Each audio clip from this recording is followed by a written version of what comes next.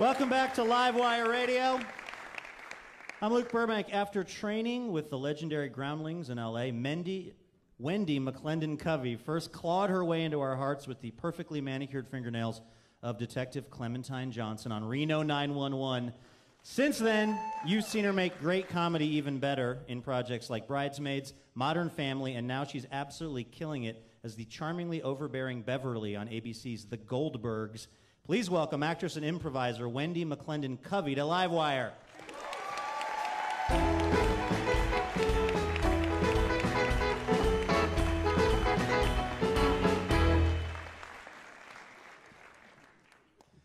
Start off with some gentle dancing. Hello. That was a wonderful entrance. Very gentle dancing. Welcome to Livewire, Wendi. Thanks for having me. Hi. I did a little Google search of your name recently when I was preparing for this interview. Are you familiar with the second result when you Google Wendi McClendon? Is it something about my feet? It is in fact something dirty about my feet? It's, well, I mean, define dirty. It is Wendi McClendon Covey's feet. Yeah. On a wiki feet site. I know. Well, look, can you blame anyone for wanting to get in on that action? I know, isn't it creepy? How? And you know, when you do a press line, they take pictures of your feet. They take pictures of your hands and your feet and all your business.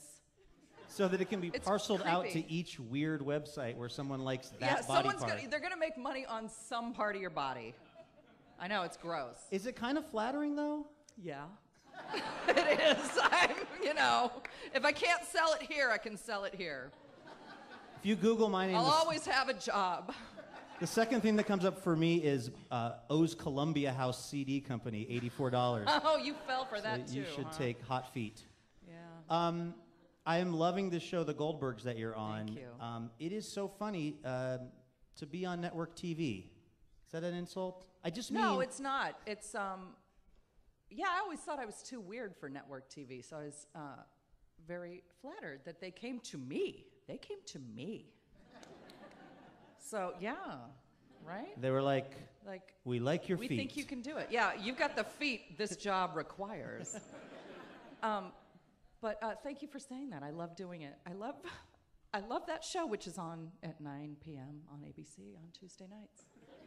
Well, can you describe it for folks who have not seen The Goldbergs? Yeah, it's you can kind of say it's the Wonder Years maybe for the 80s generation. And our creator, Adam F. Goldberg, videotaped everything that ever happened in his house. His parents bought him a video camera to keep him occupied. Well, too bad for them. I've seen them in their underwear. I've seen everything that ever happened in that house. And when they approached me to do the job, they showed me a video package of the family, and I said, yep, I don't need to take any more meetings. This is it. I want to do this. If this isn't funny, I don't know what funny is. Did you base, then, your performance on the actual mom? Yeah, she's alive. She's alive. I've met her. I wear her sweaters on the show. She sent a big box of clothes to me. And I was nervous meeting her because they call her a smother, and that's no joke. Yeah, I think it's a very descriptive word. In the show, the characters refer to her as their smother. But, she loved her family with a ferocity that I'm sure a lot of people, can understand if you have kids. But she'd make people cry. I'm the mom, and you don't say anything to my child. I will drive wherever I have to. I will bake you goodies, or I will make you cry. And I will make generations before you cry if you dare to look at my kid the wrong way. So and I'd be the same way if I had kids. Really? Yeah. So when you're doing this character, you're also going to a place of honesty for yourself? Mm-hmm. Yes. That's part of my process, a real place of honesty. But you don't have kids. I don't. I would keep it that way. But I guard my cats with the same ferocity. And my husband. You say one thing that I could... don't mess with my husband. Your husband is like 6'11". Yes. He can probably take care of himself. And when you look at him, you smile. You don't, I'll get in your face. You say anything bad about my feet, it's the same way. When I So obnoxious. do they put shows like this through endless notes, though? Because when I said at the beginning that I think it's so great for being on network television, and you mentioned you thought maybe you were too weird for it, it seems like a lot of network comedies have all of the funny weirdness taken off of them because they get subjected to so much feedback. How did you guys run that gauntlet with the Goldbergs? You know, they don't give us a lot of notes. I don't know how. Okay, one thing that they did say is one time we did a skating rink episode, and I say to my oldest son, your ball's hanging out. They made us take that out. What did they replace it with? What did they replace it with? I think they just didn't replace it with anything. I think That's a shame. It's one of those, let's cut it for time. I know, it was a shame. Because you know what? It was hanging out. I also noticed that the show is narrated by Patton Oswalt. Yeah. Which is great. It really is. You don't take it as an insult when people say it's Wonder Years-esque, because, I mean, it has a narrator. It's about a kid's life. But I'm 30, about to be 38, and whereas the Wonder Years... You look amazing. Thank you. I use a lot of creams. About half of which are legal in the U.S. The rest I just Whatever get works. from Mexico yeah. online. I don't judge. But so the Goldbergs is like perfectly in, like you had an episode about laser tag, which I had two things I cared about in life as a kid. One was trying to get my hands on pornography, and one was trying to go play laser tag. Kind of successful in both departments, but I just love it. It's really pitch perfect with all of the stuff. Yeah.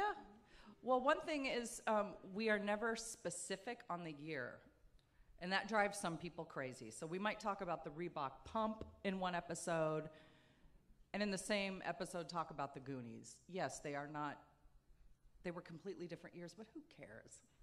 We always say it's 1980-something. Don't overthink it. Just enjoy it. Just enjoy it. And we're going to have a Return of the Jedi episode soon. Can you get clearance on that? What's that? Isn't it? I mean, what about the rights to that? Can you guys get the rights? We you have to have call it them. like Return of the Jedi. Not only do we have them, we're going to Skywalker Ranch. They're hosting us. Wow. Isn't that nuts? That is really nuts.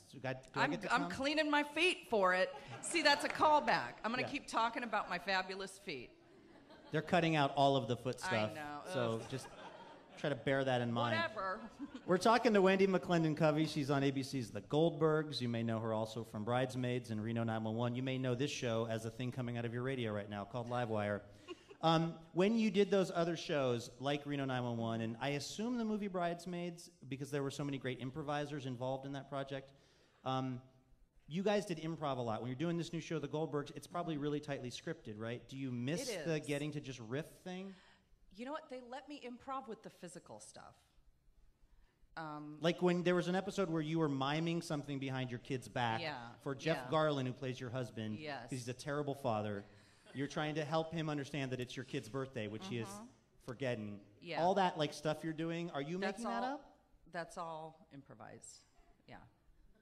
They didn't know I was such a champion roller skater. They didn't know I'm not afraid to wrestle. So like they just let me go. But writing-wise, doesn't need it. Doesn't need it. Is that easier, though, to just do lines that somebody else wrote as opposed to, like, you're in a scene, there's no dialogue. It's a lot of pressure, right, to actually come up with something? I love that. I love it. I love that free fall. And yet I hate playing improv games. Right? They're insufferable. Someone's clapping. Actually, I'm not Wendi, the only one. we've called you here to play an improv boy. game. I need a line of work and a breakfast cereal. Okay, I have to ask you about something because you're so well known for the very beloved show Reno 911. Also, as I mentioned, you were amazing in Bridesmaids. When I talked to you before the show, you said, "Do not on your life, Burbank, bring those up because I don't talk about the past." What's going on with that? I'm superstitious. And once something's over, you move on. It's bad luck to keep talking about it. And I know that that's frustrating for an interviewer. You know what? But I just brought you here it's a to. very healthy way to live. You just move on. Whether it was bad or good, you move on. Or you become one of those people who just can't shut up about the past, and you're going to keep moving forward. Well, it's working for you. It I works. have to give you credit. I think it works. Yeah. You're blowing up on the foot fetishist sites. You're on a major network comedy. The system is working. Yeah, it's working. Let's talk about something that you have in the future, which is a movie that is coming out soon and with Adam Sandler, because he is box office poison. Has made no money in theaters, so good luck with that. With Adam Sandler and Drew Barrymore. It's like the first time they've collaborated in a while, so it's called Blended. Maybe you've seen it, or seen ads for it. They go to Africa. If they saw it, they BitTorrented it, and they're in big trouble. Yes. So it's not out yet. You might have seen the trailers when you go see Single Moms Club. Oh, wait, you're not seeing that? Well, I'm in it, so whatever. And it's in theaters now. No big deal. When you're like acting with Adam Sandler or a Drew Barrymore, do you get nervous at all because they're really famous? Yeah, big time. Like, oh my gosh, they flew me out here, and I'm supposed to like be funny now, but I'm nervous. And what if they hate me? What if I get fired? I always think I'm gonna get fired, like 5 minutes in. But Drew's the nicest person in the world, truly. Like, she's everything you want her to be. And Adam's super sweet, super funny. He's got people working for him. He's very loyal to his staff. He's got people working for him that have worked for him forever and ever. And, I think he thinks, well, I hired you, so I'm familiar with what you do, so just come and do that. Do you have a go-to? Do you have like a little thing in your bag of tricks that if you are in minute 5 and you think you're being fired, you're like, okay, Wendi, bring out the big guns. And I am talking about your feet, by the way. That's what it is. I take my shoes off. No, I don't. But I go into every job feeling like, okay, well, I'm going to get fired today, and I will just surround myself in white light. Maybe sprinkle salt around the ground. No, because that's one thing that you got to check up on your list when you're going to be an actor. You got to let your ego go. You're going to get fired at least once, probably 5 or 6 times, and it's not going to be your fault. How do they tell you that you're being fired? We're getting you a plane ticket, and we're going to drive you back to the hotel and get you home. That just sounds like a long one day ride. You'll get fired. Mm-hmm. One day you'll have to replace somebody else. One day someone's going to call you ugly. The next day they're going to call you fat. Then the next day they're going to tell you you're the most beautiful thing they've ever seen and that your feet should be worshipped. It's just something you. And that's all in one episode of Livewire. That's all in one episode. That is just I know. That's all in the green room. That all happened in the green room, and I got here at 9. Yeah. Wendi McClendon Covey, ladies and gentlemen. Her new show is The Goldbergs.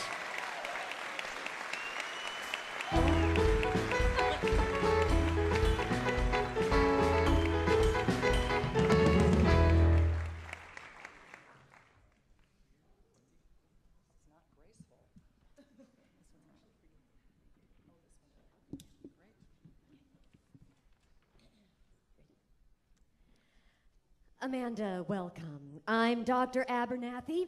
I'm a psychologist specializing in addiction. Can you tell me why you're here today? I don't think I need help. My husband David thinks I have an addiction to those personality quizzes on Facebook, and he says I'm spending all my free time taking them. I don't need any help. He insisted I come here. Well, do you think you do that? Do you think you spend a lot of time taking quizzes? No. Amanda, what were you doing when I came in a minute ago? Taking a quiz. Yeah, okay. So tell me a little bit about the quizzes. They're fun. They used to be anyway. They don't cost anything, and they let the world know what kind of person you are. Okay, can you give me an example? Well, yesterday I took a quiz and found out I'm an amber ale from Belgium. That's due to my sophistication and old world charm. Uh-huh. Now, you mentioned they used to be fun, so when did they stop being fun? Well, when they stopped giving me the right answers, like, what Disney princess are you? It said I was Sleeping Beauty? Well, Sleeping Beauty is a wonderful princess. She's the worst.